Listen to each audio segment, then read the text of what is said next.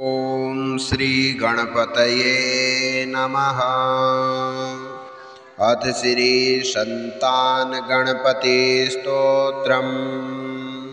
ॐ नमोस्तु गणनाथाय सिद्धिबुद्धिसुताय च सर्वप्रदाय देवाय पुत्रवृद्धिप्रदाय च गुरुदराय गुरवे गोपत्रे गुह्यसिताय ते गोप्ताय गोपिताशेष भुवनाय चितात्मने विश्वमूलाय भव्याय विश्वसृष्टिकराय ते नमो नमस्ते सत्याय सत्यपूर्णाय शुण्डिने एकदन्ताय शुद्धाय सुमुखाय नमो नमः। प्रसन्नजनपालाय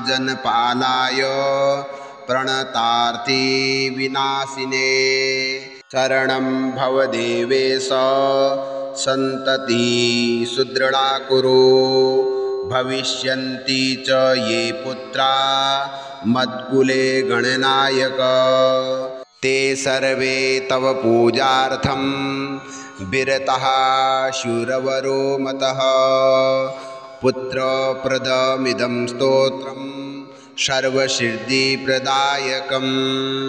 ॐ नमोस्तु गणनाथाय सिद्धिबुद्धिसुताय च सर्वप्रदाय देवाय पुत्रवृद्धिप्रदाय च गुरुदराय गुरवे गोपत्रे गुह्यसिताय ते गोप्ताय गोपिताशेष भुवनाय चितात्मने विश्वमूलाय भव्याय विश्वसृष्टिकराय ते नमो नमस्ते सत्याय सत्यपूर्णाय शुण्डिने एकदन्ताय शुद्धाय सुमुखाय नमो नमः। प्रसन्नजनपालाय प्रणतार्ति विनाशिने शरणं भव देवेश सन्तति सुदृढा कुरु भविष्यन्ति च ये पुत्रा मत्कुले गणनायक ते सर्वे तव पूजार्थं विरतः शूरवरो मतः पुत्रप्रदमिदं स्तोत्रं सर्वसिद्धिप्रदायकम्। ॐ नमोस्तु गणनाथाय सिद्धिबुद्धिसुताय च सर्वप्रदाय देवाय पुत्रवृद्धिप्रदाय च गुरुदराय गुरवे गोपत्रे गुह्यसिताय ते गोप्ताय गोपिताशेष भुवनाय चितात्मने विश्वमूलाय भव्याय विश्वसृष्टिकराय ते नमो नमस्ते सत्याय सत्यपूर्णाय शुण्डिने एकदन्ताय शुद्धाय सुमुखाय नमो नमः। प्रसन्नजनपालाय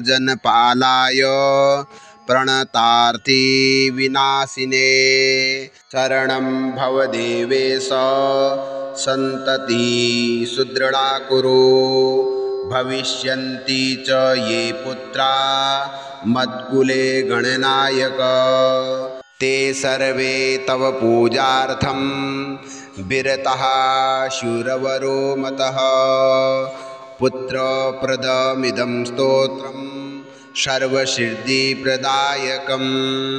ॐ नमोस्तु गणनाथाय सिद्धिबुद्धिसुताय च सर्वप्रदाय देवाय पुत्रवृद्धिप्रदाय च गुरुदराय गुरवे गोपत्रे गुह्यसिताय ते गोप्ताय गोपिताशेष भुवनाय चितात्मने विश्वमूलाय भव्याय विश्वसृष्टिकरायते।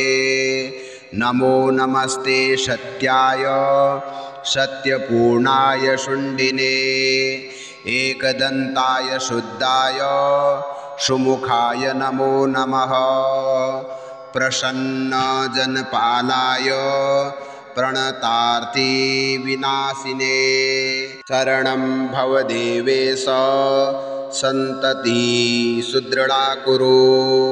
भविष्यन्ति च ये पुत्रा मत्कुले गणनायक ते सर्वे तव पूजार्थं विरतः शूरवरो मतः। पुत्रप्रदमिदं स्तोत्रं सर्वसिद्धिप्रदायकम्। ॐ नमोऽस्तु गणनाथाय सिद्धिबुद्धिसुताय च सर्वप्रदाय देवाय पुत्रवृद्धिप्रदाय च गुरुदराय गुरवे गोपत्रे गुह्यसिताय ते गोप्ताय गोपिताशेष भुवनाय चितात्मने विश्वमूलाय भव्याय विश्वसृष्टिकराय ते नमो नमस्ते सत्याय सत्यपूर्णाय शुण्डिने एकदन्ताय शुद्धाय सुमुखाय नमो नमः। प्रसन्नजनपालाय प्रणतार्ति विनाशिने शरणं भवदेवेश सन्तति सुदृढा कुरु। भविष्यन्ति च ये पुत्रा मत्कुले गणनायक ते सर्वे तव पूजार्थं विरतः शूरवरो मतः। पुत्रप्रदमिदं स्तोत्रं सर्वसिद्धिप्रदायकम्। संतान गणेश स्तोत्रम संपूर्णम। इस प्रकार से जो कोई मनुष्य इस संतान गणेश स्तोत्र का नित्य ही पाठ करता है, भगवान गणेश जी की कृपा से उसके घर में पुत्र पौत्रादि की प्राप्ति होती है और घर में सुख शांति समृद्धि ऐश्वर्य की वृद्धि होती है, व्यापार में लाभ होता है। इसीलिए सभी को चाहिए कि वे नित्य ही संतान गणेश स्तोत्र का नित्य ही पाठ करें। बोलो गजानन भगवान की जय।